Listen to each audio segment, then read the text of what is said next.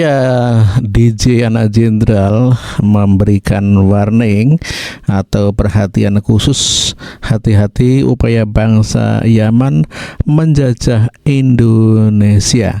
Ya, sementara ini bangsa Yaman yang ada di Indonesia begitu sangat mengagung-agungkan keturunannya begitu ya. Dan inilah pernyataan DJ Jenderal yang hati-hati upaya bangsa Yaman menjajah Indonesia. Assalamualaikum warahmatullahi wabarakatuh. Selamat siang teman-teman. Jumpa lagi dengan saya DJ. Kenapa berita kebencian terhadap Bapak Jokowi, Pak Prabowo, dan Mas Gibran semakin masif disebarkan oleh para pembenci? Sebelum kita membahas itu, saya ingin bercerita tentang masa dulu di tahun 1832, ketika bangsa Yaman berbondong-bondong datang ke tanah air untuk bekerja di perusahaan Belanda bernama VOC. Mereka imigran datang ke Indonesia. Ketika Belanda mulai mengangkuti rempah-rempah dari Indonesia, kayu ke negara Belanda, tersiar kabar bahwa Indonesia itu kaya sekali, gak habis-habis kekayaan. Datanglah bangsa Yaman itu, yang memang dari negeri yang kacau gitu ya. Mereka ingin memiliki sebuah penghidupan yang lebih layak. Datang dia bekerja dengan orang Belanda. Masuklah dia sebagai pekerja di VOC. Jadi kaki tangan pengusaha-pengusaha yang ada di VOC. Yang keturunan Yaman ini mengklaim bahwa nenek moyang mereka lah yang berjasa atas kemerdekaan bangsa Indonesia. Kenapa mereka mengklaim itu? Ketua mereka yang punya organisasi besar yang sudah dibubarkan oleh Pak Jokowi, nah ujung-ujung sihab itu orang Yaman, punya keinginan menguasai Indonesia, mendirikan khilafah. Sejak era Gus Dur hampir berhasil mereka mempengaruhi rakyat Indonesia untuk percaya omongan dia. Di era Bapak Jokowi, mereka semakin berkembang, semakin bertambah banyak pengikutnya, kemudian sukses mengadakan demo demi demo untuk memakzulkan Pak Jokowi, tapi selalu gagal. Sukses ngelecehin bangsa Indonesia untuk mendukung mereka. Bahkan jenderal-jenderal, mantan-mantan jenderal mendukung mereka. Di antaranya Fahru Rozi yang membuat kesepakatan 8 poin itu. Saking berwibawanya di mata umat Islam, karena kesuksesan dia menjaring umat Islam untuk mempercayai dia sebagai cucu Rasulullah SAW. Sehingga yang percaya dengan dia banyak, yang percaya kalau dia punya karomah sangat banyak, yang percaya bualan dia itu sangat banyak. Dan dia hampir sukses menguasai Indonesia lewat Prabowo Subianto di tahun 2014. Pak Jokowi menang, tapi menangnya menang tipis. Boleh dikata orang Yaman ini hampir sukses menguasai Indonesia lewat Pak Prabowo. Begitu pula di periode kedua, hampir menang, kalahnya tipis. Setiap kali Habib memerintahkan anak buahnya untuk melakukan aksi, berjuta-juta orang, berbondong-bondong orang datang untuk berperang. Seolah-olah mereka mendapat perintah dari Rasulullah SAW. Mereka percaya turunan Rasulullah, dan mereka sangat takut untuk membantah. Tapi mereka juga heran, kok gagal menjatuhkan Pak Jokowi? Kok selalu kalah? Kenapa begitu? Kok kalah terus kita? Kok keturunan Nabi kalah melawan Jokowi? Yang padahal mereka terus-menerus menyebut-nyebut Pak Jokowi itu orang Cina, orang kafir, orang Kristen, PKI, pelongo-pelongo. Di downgrade terus Pak Jokowi, tapi kok kalah dengan orang yang sudah rendah ini, direndahkan ini? Kok mereka selalu kalah? Akhirnya di kubu Habib ini, yang di dalamnya juga ada orang-orang cerdas, pendukung Pak Prabowo, yang orang-orang realistis, mulai bertanya-tanya, ini sebenarnya Habib punya kekuatan nggak sih? Katanya bisa menjaring kekuatan Islam seluruh Indonesia untuk mendukung. Kok kita kalah terus dengan Pak Jokowi? Sebenarnya ada di mana nih kita nih? Kurangnya ada di mana nih? Kan harus Rasulullah. Bangsa Indonesia ini penduduknya Muslim kebanyakan. Harusnya menang dong. Karena Muslim itu mencintai Rasulullah SAW. Harusnya menang. Tapi kok nggak pernah menang? Akhirnya mereka terpecah menjadi beberapa bagian. Ada yang tetap takzim sampai sekarang detik ini, tetap memuja-muja Habib, tapi sebagian lagi sudah mulai kayaknya meragukan. Kenapa doa-doa tidak pernah dijawab oleh Allah? Kenapa ijtima ulama 2 periode selalu bisa ditumbangkan oleh kubu Pak Jokowi? Padahal kubu Pak Jokowi kubu sesat, PKI, kafir. Tapi kenapa Jokowi selalu menang? Untuk meyakinkan pengikutnya yang bertanya-tanya, kenapa kita selalu kalah sih lawan Jokowi? Kita ini kumpulan dari ulama-ulama loh. Tapi kok rakyat Indonesia nggak dukung kita ya, yang Islam-Islam itu? Oh iya deh, mereka itu sesat karena tergila-gila sama Pak Jokowi, tergila-gila sama Pak Jokowi sampai mau menggadaikan akidahnya. Itu yang selalu mereka tuduhkan terhadap pendukung Pak Jokowi itu, seolah kami ini menggadaikan akidah kami demi mendukung Jokowi dan mengabaikan himbauan mereka itu yang mengaku keturunan Rasulullah SAW. Dulu itu Habib Rizik bilang ke keturunan-keturunan Arab itu ya, untuk melakukan tes DNA supaya nanti umat Islam yang meyakini mereka sebagai keturunan Rasulullah tidak ragu-ragu. Jadi mendukungnya itu maksimal. Kalau disuruh serang dia menyerang, karena yakin turunan Rasulullah, berarti perintah Rasulullah juga kan. Tahu sendiri kan kalau orang sudah fanatik dengan agama Islam itu, apapun yang dikatakan oleh keturunan Rasulullah itu udah pasti apa yang diucapkan oleh Rasulullah, samina wa ta'na, begitu. Makanya Habib Rizik meminta kepada seluruh turunan Arab itu yang dihabib-habibkan itu untuk membuat sertifikat kehabiban. Bahkan diminta untuk kalau perlu lu tes DNA supaya umat Islam yakin bahwa lu itu memang cucunya Rasulullah SAW, untuk menunjukkan kekuatan mereka yang semakin powerful katanya itu. Mereka mengajak Anies Baswedan untuk melawan Ahok di Pilgub tahun 2017. Kalau cuma Jakarta, udah pasti menang lah kita. Kita kuasai Jakarta dulu. Jakarta bisa kita kuasai, setelah itu kita kuasai Indonesia. Anies menang dengan berbagai cara, meskipun dengan menjual ayat dan mayat. Masih ingat ya? Gak perlu saya bahas lagi lah itu. Ya, sampai akhirnya Pak Ahok dikriminalisasi, di penjara. Tetapi di periode kedua, Pilpres mereka kalah, walaupun kalah tipis. Nah kemudian, ketika Bapak Jokowi merangkul Bapak Prabowo, ini adalah strategi brilian seorang Joko Widodo. Yang memang pada dasarnya Pak Jokowi ini adalah orang yang tahu terima kasih. Dan Pak Jokowi juga mengetahui posisi organisasi Islam ini di Indonesia seperti apa. Bahkan Pak Jokowi tahu bahwa mereka punya kekuatan di luar negeri, di beberapa negara. Punya hacker-hacker, ahli-ahli IT yang disebar di beberapa negara untuk menyebarkan berita-berita kebencian. Pak Jokowi tidak mau gegabah membiarkan organisasi Arab ini mempengaruhi pikiran rakyat Indonesia. Pak Jokowi harus merangkul seseorang yang pernah berjasa dalam hidup Pak Jokowi ketika beliau menjadi wali kota dan gubernur, yang dimanfaatkan oleh komunitas Arab ini untuk membuat kacau Indonesia dan mengganggu pemerintahan Bapak Jokowi. Orang-orang Arab ini terlalu berisik.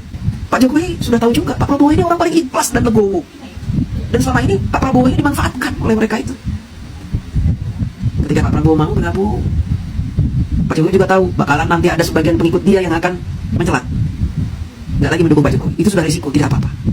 Pak Jokowi pikir orang yang mendukung Pak Jokowi yang nanti bakalan mencelat mungkin tidak terlalu signifikan lah membuat kekacauan di negara ini. Pak Jokowi pikir begitu. Ya. Masuklah Pak Prabowo ke dalam lingkungan istana dan menjadi bagian dari pemerintahan yang ikut membangun Indonesia. Dan ternyata Pak Prabowo tidak seperti yang digambarkan orang-orang. Pak Prabowo sungguh luar biasa. Cintanya terhadap bangsa ini sudah tidak main-main lagi. Cintanya sudah mentok, benar-benar cinta terhadap bangsa ini. Sehingga beliau rela mengorbankan apa saja, asalkan bangsa ini bisa sejahtera. Apa yang terjadi dengan bangsa Arab ini, klan-klan Yaman ini?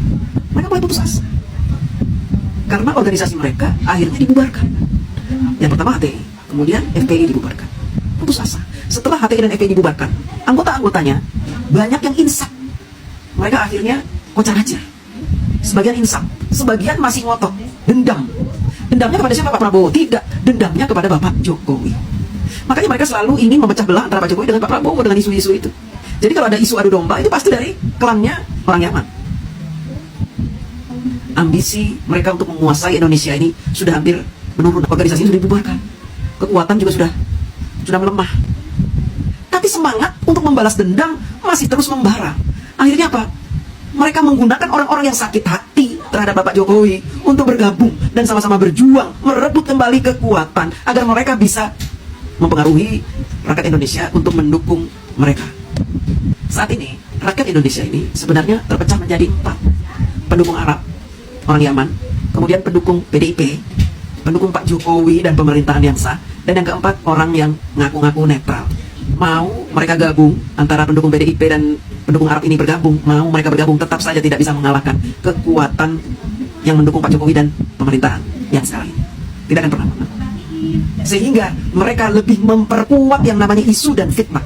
Mereka lebih memasifkan isu itu. Untuk apa? Menggerogoti kekuatan Pak Jokowi, menggerogoti kekuatan Pak Prabowo. Makanya muncul isu ijazah, muncul 8 poin kesepakatan mantan jenderal itu. Tapi ternyata Allah itu berpihak kepada Bapak Jokowi. Ketika muncul seorang Kiai Haji Imaduddin membuat temuan bahwa orang-orang Yaman ini ternyata bukan keturunan Rasulullah. Gennya berbeda dengan gen keturunan Rasulullah. Gen orang Yaman ini lebih cenderung nenek moyangnya itu keturunan bangsa Israel atau Fir'aun. Kemudian Habib Rizik tidak berani melakukan tes DNA ketika membaca temuan dari Kiai Haji Imaduddin. Habib Rizik juga mulai meragukan dirinya sendiri sebagai keturunan Rasulullah, meragukan teman-teman yang Arab itu sebagai keturunan Rasulullah. Akhirnya mereka mengharamkan tes DNA. Kenapa keluar fatwa keharaman tes DNA ini? Karena itu satu-satunya cara untuk menjaring kekuatan umat Islam di Nusantara ini. Kalau mereka ketahuan bukan keturunan Rasulullah, bubar yang mendukung mereka. Bubar jalan, mereka gak akan punya kekuatan apa-apa lagi. Dan mereka bisa didakwa sebagai pemalsu nasab. Habislah mereka.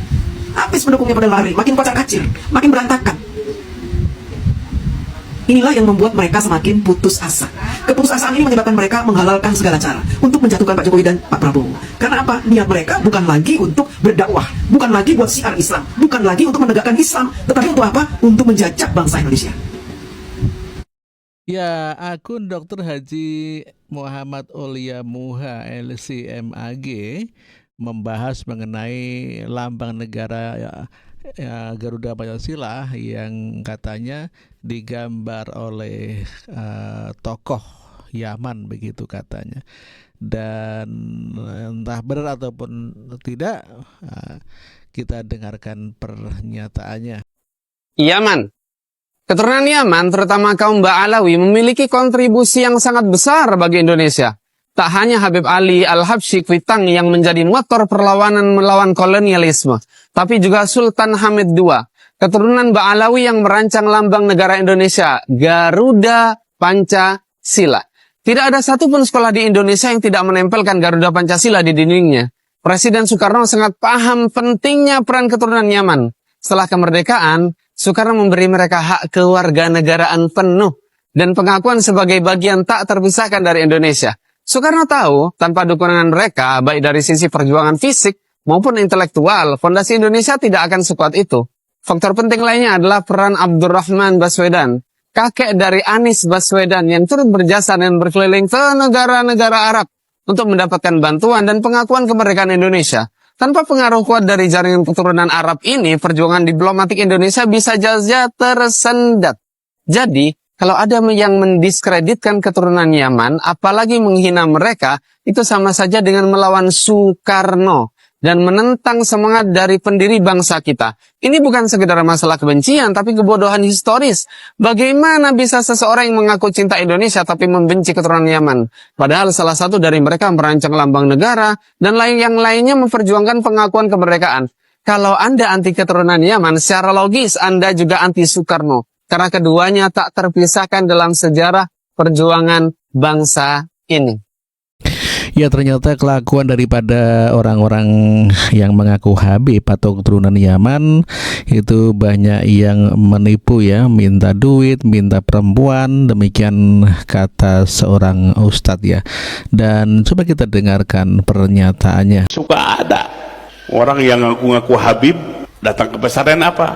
Minta uang, minta perempuan. Sampai Kiai Bapak waktu itu ya sembunyi tiap datang Habib itu. Dia sembunyi bilang ke Habib itu, kiainya lagi nggak ada katanya. Sampai gitu. Cik Bapak Ibu sekalian, tahu nggak mana turunan Nabi mana bukan? Udah 14 abad kita teh. Jangan asal irung mancung aja. Orang Pakistan juga mancung, orang Irak juga mancung, orang Suriah juga mancung. Kita nggak bisa membedakan mana yang suku Hijaz, mana yang suku Irak, mana yang suku Yaman. Sama aja begitu. Makanya buang feodalisme dalam Islam. Tidak ada seperti itu dalam Islam. Nabi sendiri yang berkata, yang bersabda, seandainya Fatimah mencuri, aku yang akan memotong tangannya. Begitu jelasnya hukum Islam. Putri Nabi sendiri, apalagi sudah 14 abad. Jadi jangan sampai ngaku-ngaku keturunan tapi pingin dapat status sosial, pingin jadi majikan. Itu yang namanya feodalisme. Coba lihat hadis Nabi, la fadla li arabiyyin ala jamin. Tidak ada unggulnya orang Arab dan bukan Arab. Nabi orang Arab tapi tidak ada unggulnya urusan keturunan. Arab mengalahkan yang bukan Arab, ajam kita seperti orang Sunda, orang Indonesia. Tidak ada bedanya. Bedanya hanya takwa kepada Allah. Tahukah kamu kalau orang-orang keturunan Arab di Indonesia sebagian besar berasal dari Yaman? Ya, itu benar. Pada awal kedatangannya, mereka umumnya tinggal di perkampungan Arab yang tersebar di berbagai kota di Indonesia. Kaum Arab Hadrami atau sekelompok penduduk nomaden yang berasal dari Hadramaut, Yaman, datang ke Nusantara sebelum abad ke-18 telah berasimilasi penuh dengan penduduk lokal. Sebagai produk asimilasinya, banyak anak keturunannya yang menggunakan nama-nama lokal daripada nama-nama Arab. Hadramaut adalah sebuah lembah di negeri Yaman. Di Hadramaut tersebar ribuan keturunan Rasulullah yang berhijrah dari Makkah, dalam tujuan menghindari kekacauan yang ada di Makkah dan Madinah. Dari kota Hadramaut inilah asal mula utama dari berbagai koloni Arab yang menetap dan bercampur menjadi warga negara di Indonesia dan negara-negara Asia lainnya. Selain di Indonesia, orang Hadrami ini juga banyak terdapat di Oman, India, Pakistan, Filipina Selatan, Malaysia, dan Singapura. Beberapa marga Arab Hadramaut yang tercatat bermigrasi ke Indonesia antara lain Basyaiban, Al-Attas, Assegaf, Al-Jufri, Al-Idrus, Shihab, Al-Habsyi, dan lain-lain. Jumlah keseluruhan marga diperkirakan sekitar 200 marga,